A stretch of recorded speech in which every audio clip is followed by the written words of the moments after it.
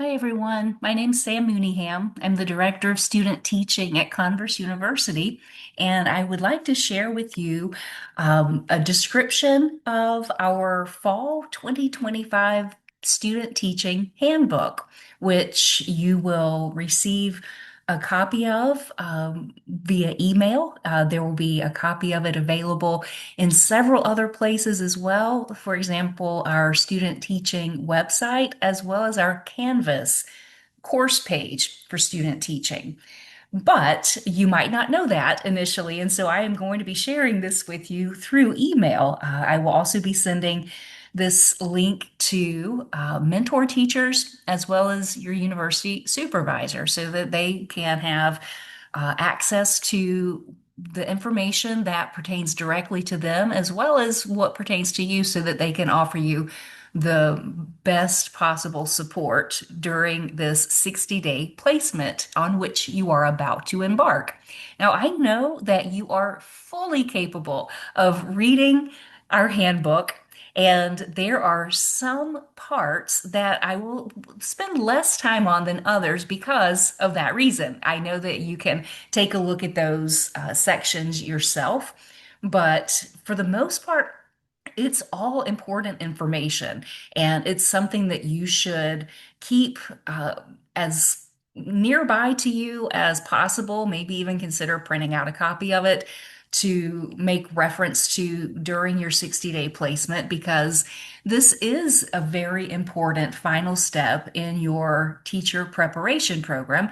And I don't want anyone to omit any important detail of requirements, assignments, activities, and so on at this very important part of your program, which is the end, which you've all been surely waiting on. Now, that's not to say that you are just out there alone in the wild without any kind of support. You will be getting reminders both from me as well as your university supervisor. Your mentor teacher, I'm sure, is going to be providing their own recommendations and reminders to you. But as far as the Converse-based requirements and the State Department of Education requirements go, I will do everything possible to alert you if there are things missing, things that you may have overlooked, deadlines that are approaching, and so on. So take comfort in that. You are surrounded by a whole team of people that want nothing more than to see you have the most successful experience, because honestly, it makes us look good because you are going out into the world as a Converse University graduate, and we get to kind of brag and feel like we had a little part in your journey to experience and observe everything that you accomplished during your time with us.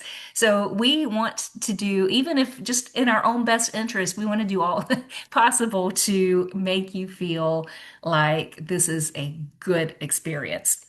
So here is our handbook. You can see that it is broken down into several different sections.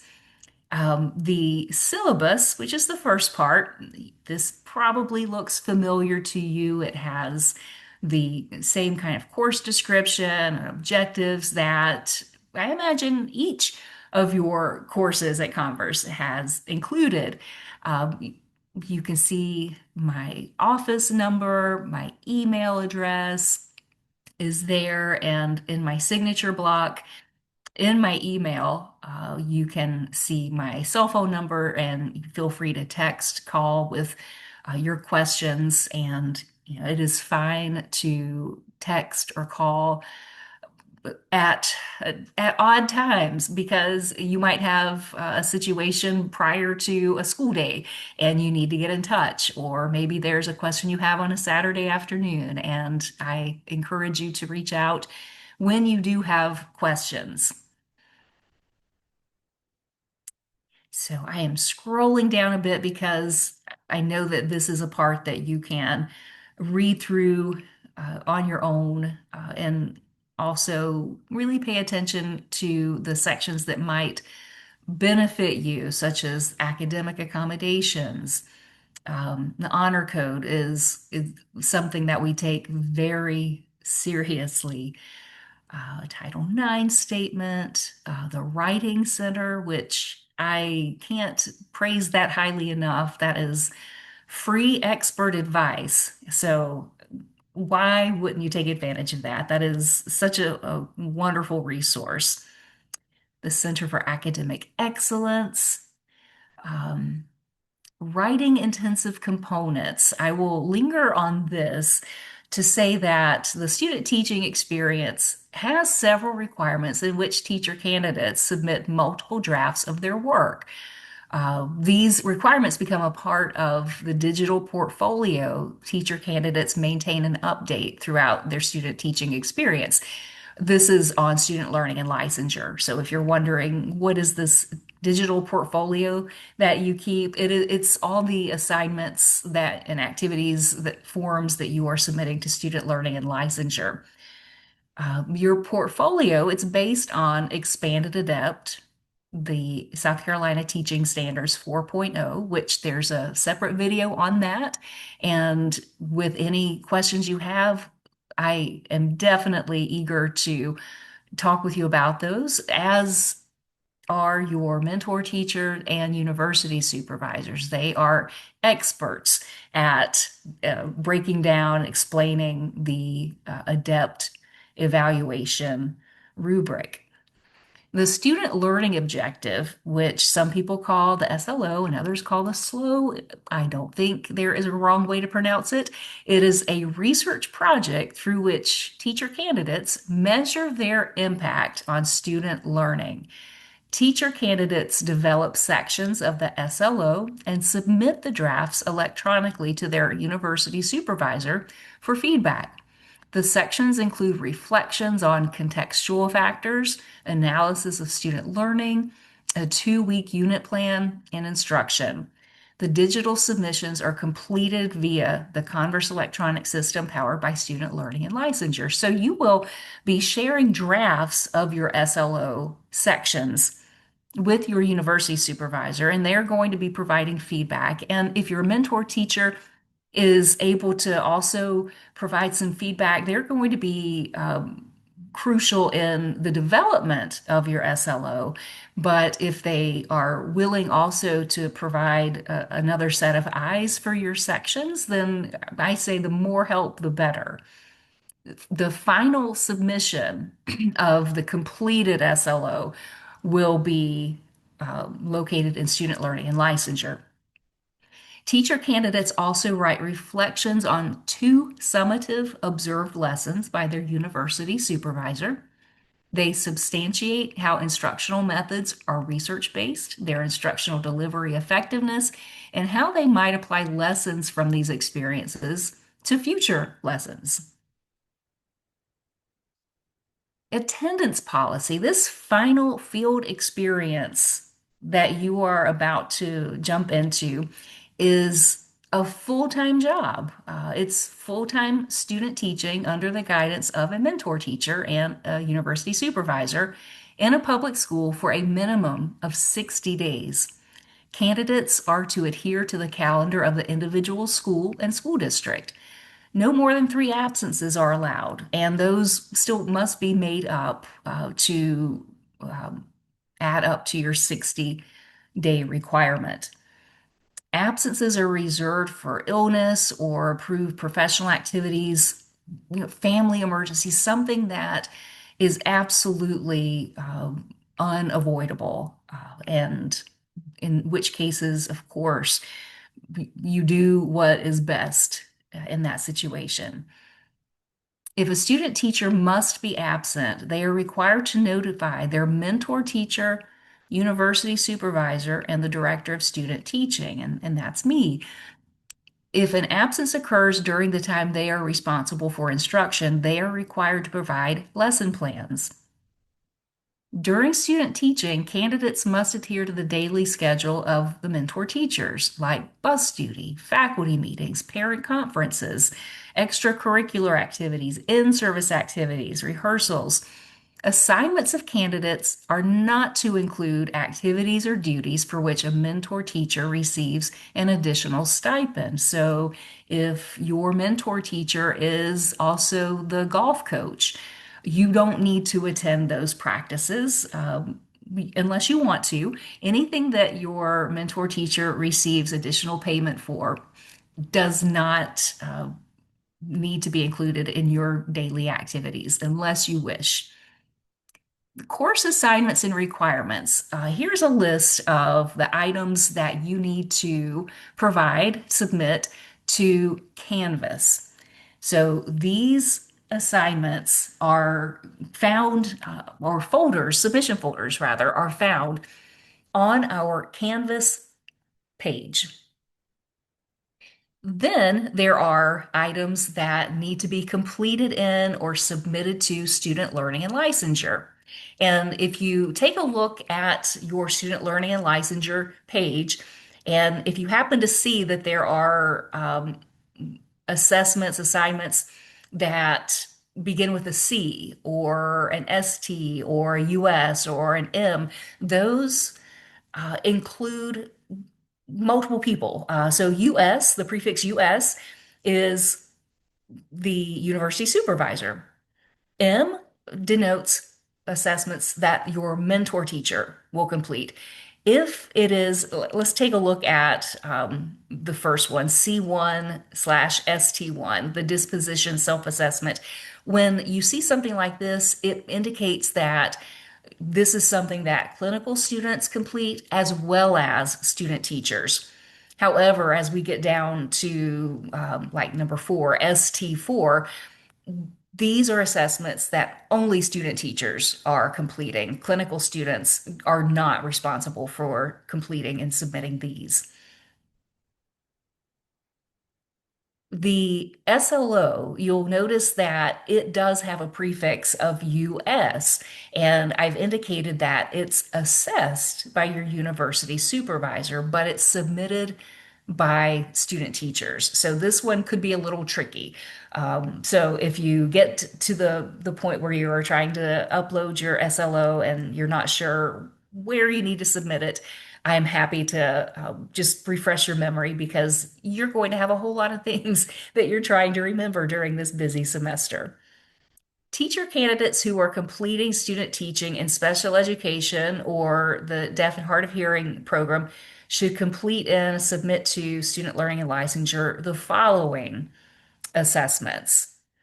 You can see these listed, and I mentioned this in another video, but in case you haven't seen that one yet, with these additional assessments, please reach out to the program director for special education or deaf and hard of hearing because they are going to be able to give you the most information about those assessments. These are not ones that I am familiar with, and they are not ones that are required by Converse as a whole or the State Department of Education. These are just additional assessments that your program director are requiring. Student teachers should visit student learning and licensure within 1 week of the beginning of the semester and confirm accessibility to their university supervisor. So the reason for this is in the past, maybe in late November, there are people reaching out saying, "Oh gosh, I'm having trouble with my student learning and licensure account. I'm not sure what to do." And so at that point, it's kind of a frantic rush to try to get problems straightened out. And if you are able to just quickly confirm that everything is a go within the first week of student teaching, it'll make for smooth sailing throughout. It's one less thing for you to have to think about and potentially worry about. When registering for Praxis tests, candidates must request that scores be sent to both Converse University and to the South Carolina State Department of Education. When you're registering, you must enter your correct social security number and converse record, first and last name. If an incorrect social security number is entered or omitted on the registration form, scores won't be sent where you need them to go. And if reports are not sent to Converse University by ETS, the candidate must contact ETS and request scores to be sent to Converse. And that, I believe, requires an additional fee because it's, well, I guess a way to make more money. But it's much easier to just go ahead and list Converse as a score recipient when you're registering and just not even have to worry about contacting ETS belatedly. We are not able to process and sign off on your licensure recommendation until we have access to those scores to be able to verify that you have earned qualifying scores on the required tests. So with the grading scale, you see that it is a pass fail situation. And a grade of pass indicates that all of the activities, assignments, uh, attendance, all of the hoops have been jumped through. Everything has been done. You have satisfied all the requirements for student teaching. You have earned an overall weighted domain performance level of proficient. You've submitted all the forms and evaluations required by program directors, director of teacher education, the university supervisor, in consultation with the mentor teacher, scores the candidate's SLO.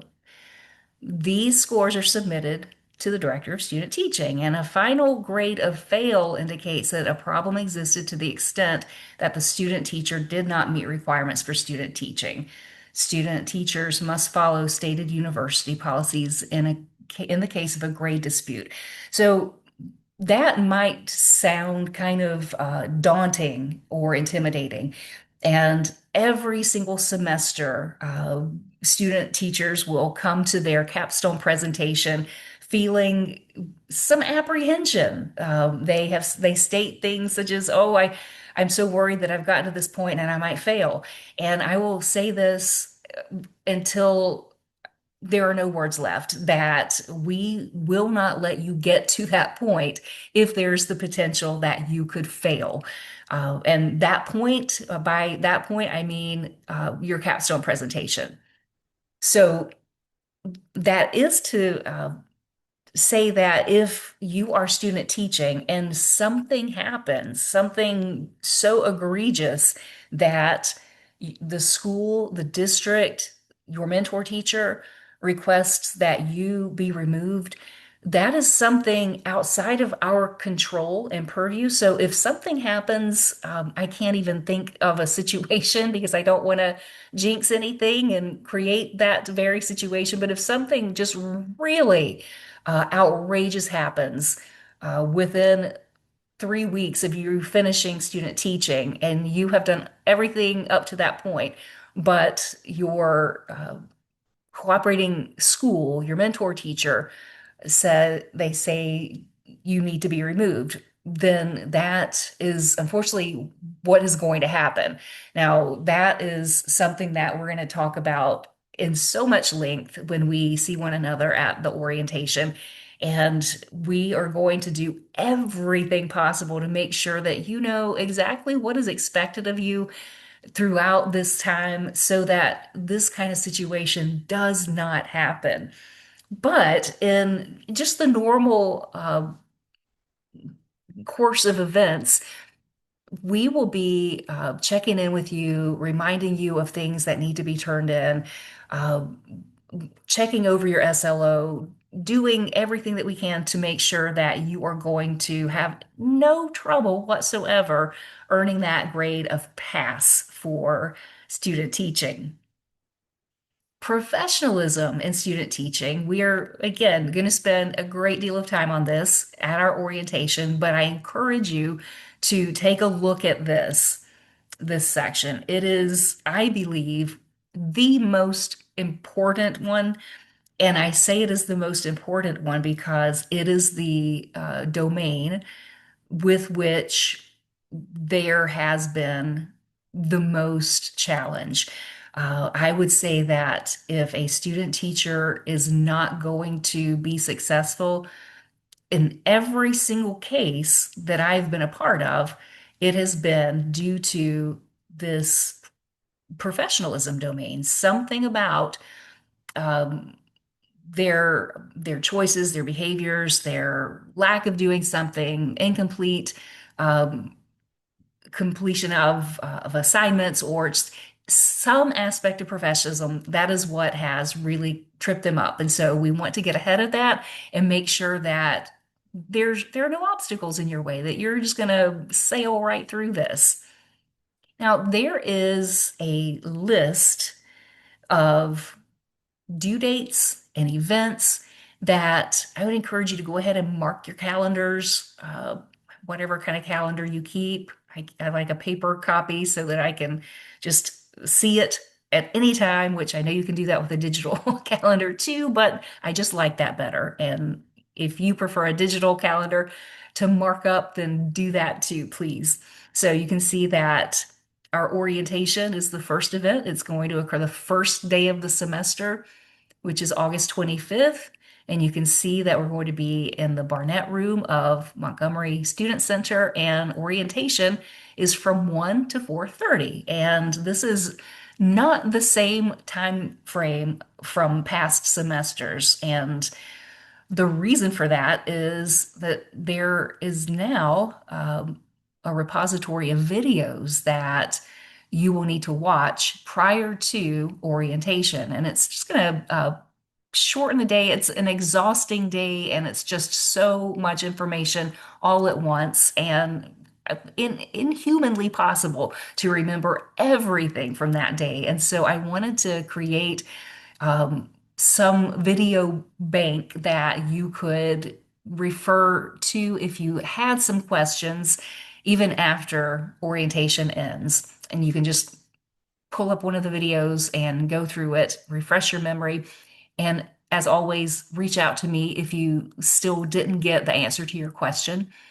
First day of student teaching is the next day. It's August 26th. You are boots on the ground, hitting the ground running at that point. So, and throughout the semester, there are different events like our network recruiting fair that's going to be on the 1st of December. We've got capstone presentations kicking off also on the 1st of December. And I will say to this point that you can dip out of the network recruiting fair for the length of time of your capstone presentation. No worries. Capstone presentations are 15 minutes long. More information on that during our orientation.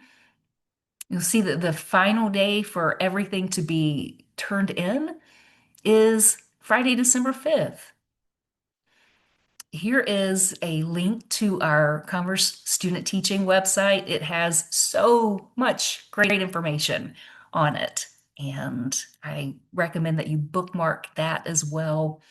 Um, Taking a look at the role of the mentor teacher, this is something that would help you to look over, because even though you are not the mentor teacher, you're the student teacher, it's good to know what you can count on your mentor teacher to help with. So please take a look at each of these items. Mentor teacher has 6 assessments that they will complete in student learning and licensure. And again, the M it denotes mentor teacher. They too should visit student learning and licensure to make sure that they are they are activated in that system. The role of the university supervisor. Again, you're not the university supervisor, but it's still helpful to know what areas they are going to help provide support to you in.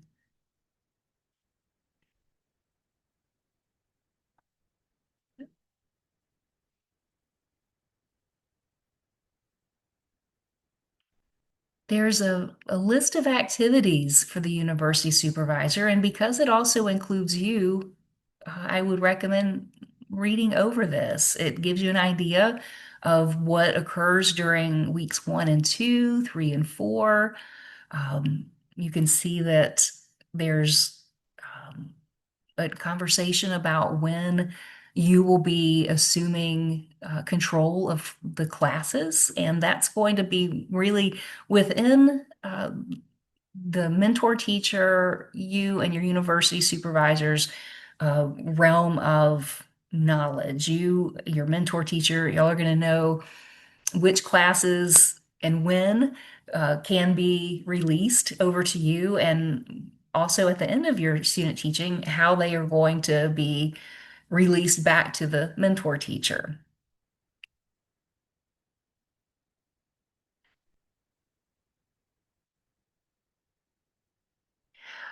A word about changing student teaching placements. When you get a placement, that is your placement.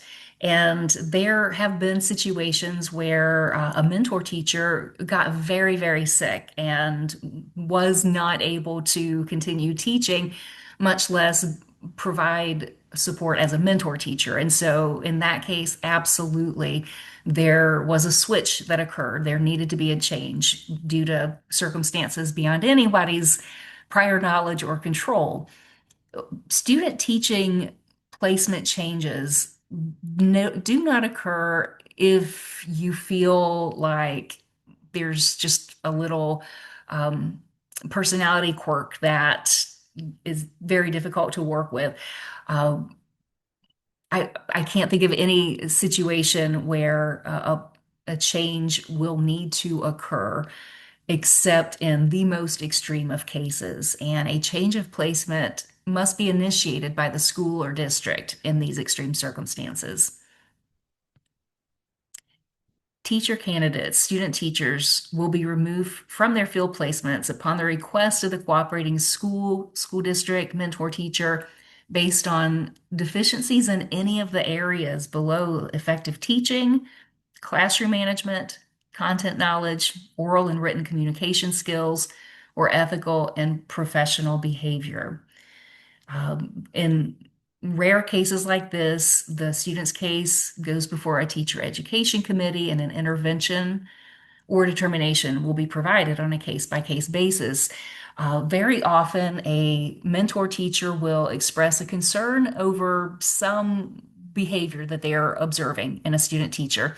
And when they do that, we are able to collaboratively with you develop an intervention plan, something that's going to really offer the scaffolding that will help you the most to successfully complete student teaching. And we check in, we determine whether the intervention plan is working, if anything else needs to change to make it work. As I've mentioned previously, in really extreme cases, like there is an event that causes the mentor teacher, the school, or the district to contact us to say the student teacher needs to be removed. There's no intervention that occurs because if a school, a district, a mentor teacher asks us to remove a student teacher in order to maintain the integrity of that relationship, we respect that request. We much prefer to be able to offer interventions, and interventions are not a bad thing. As I said earlier, with professionalism, for many students, this is their first professional experience, and that's quite common. And so it might be that an intervention needs to occur to offer some specific guidance that is going to help you to move through this experience in the very best way. So, more information about absences, schedule for student teaching, assuming responsibilities and then returning those responsibilities to your mentor teacher. Um, Student teaching certification completion directions. You need to apply to graduate. If you have not done that, yet. This is something you can do through the registrar's office, and it must be done even if you don't plan on attending the graduation ceremony. And this, um, there, you can see how that could be confusing because if you're thinking, well, I don't need to apply to graduate because I'm not going to attend that ceremony. But in order to process a diploma, to make sure that you are listed as on track to graduate and have graduated, you have to apply to graduate. Your degree won't be conferred unless this happens. The State Department of Education needs your undergraduate transcripts. If you're a graduate student, we can't send the undergraduate transcripts that you sent for admission to Converse. You can do that through your undergraduate school. If it was Converse, you can complete that online transcript request. This is for your final Converse transcript. And please be sure to ask them to hold your transcript until your degree is posted. Several people have reached out to me saying, oh, the State Department says that they need my transcripts. And this is not something I am able to do, but something that you would need to do for privacy and security purposes. You must earn a qualifying score on the Praxis 2 and the PLT to be recommended for licensure.